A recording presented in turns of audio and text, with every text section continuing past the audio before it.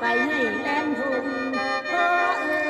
ให้ข้าวเดียวแล้วถุงจอยให้ข้าวเดียวแล้วถุงจอยบ่คอยใจว่าหมูควายลาเดียวนี่น้องลาเพิ่นบ่ดำหน้าแล้วพ่อไทยหน้าแล้วเอาเข้าเปลือกนั่นหน้าวานคุณพ่อ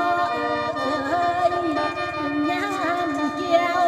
พากันเอาลูกเกี่ยวเขาบ่มีใดให้เกี่ยวมือและพากันเอารถเกี่ยวนั้นลงแลนทานเด้อข้าวเดียวแล้วเอาไปขายเลยบ่ให้คนขึ้นไปให้เราและเดี๋ยวนี้น้อคุณพ่อและบ่มีร้านโฮมเขาแมวตีเขาก่อนพากันเกี่ยวก็เปียกไปขายเอาเงินใช้อย่างสบายและยุคสมัยสู้มือนี่ได้หมุนเวียนเวียนตาพวกชาวนาเพิ่นบ่เอาหัวไฟมาซอยแห้งไปหน้าแล้ว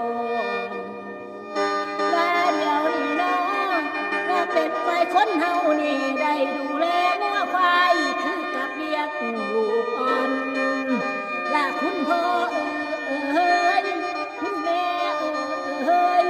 ย่าอยู่ใส่และพากันไปหาเกี่ยวมาไว้ปอนให้น้องสำ